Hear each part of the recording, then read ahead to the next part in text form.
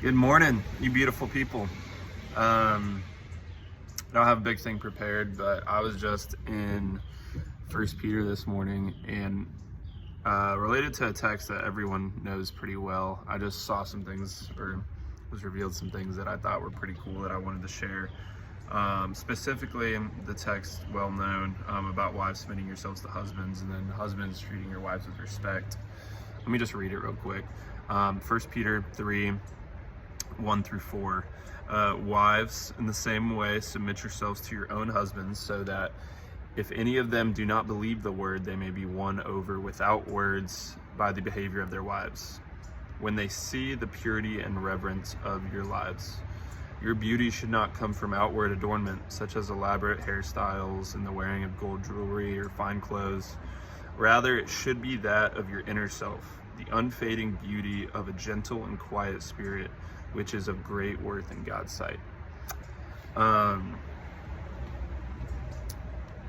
I can see how, taken out of context, this can stir a lot of different emotions and thoughts that come to mind.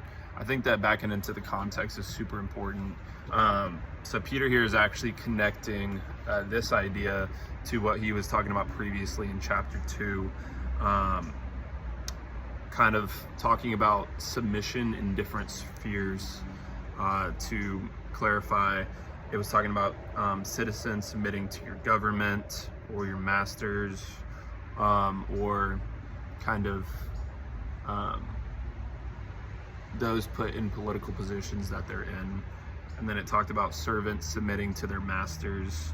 And now it's talking about wives to their husbands. And you think about this getting lumped into that group kind of, and it has, rightly so, negative thoughts immediately. But the whole point of this is to continue this theme that Peter is stating of God and what God's glorified by. Specifically, God glorifying conduct in unjust or difficult situations, and how it is extremely pleasing to God. So I think he's really focusing in on that in this specific area.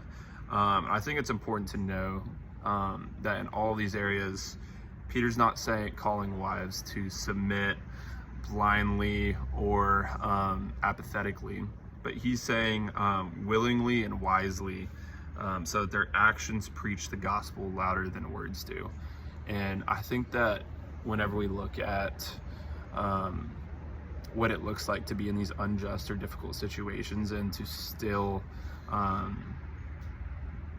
continue to act in such a virtuous way, but having the posture of wanting to please the Father, the same way that Jesus was willing to endure everything he did in order to please the Father, that's really what we need to connect this to. And then I want to take it one step further with verse 7, which is on the other side, talking to the husbands, because both are obviously very important here. 1 Peter 3:7 says, "Husbands, in the same way, be considerate as you live with your wives, and treat them with respect as the weaker partner and as heirs with you of the gracious gift of life, so that nothing will hinder your prayers." There's a few things here that we really need to have the context for in order for them to properly make sense. Two big things I want to focus on here. One is really backing into this weaker partner part. So ESV actually says vessel instead of partner, which they're related. But vessel in the Greek is skios. Totally probably butchered that. But it refers to the human body. And it talks about that in 2 Corinthians 4:7 as well. But it's the human body it's talking about whenever you say vessel, not the soul. So that's where we need to first understand. We're talking about human bodies, we're not talking about souls.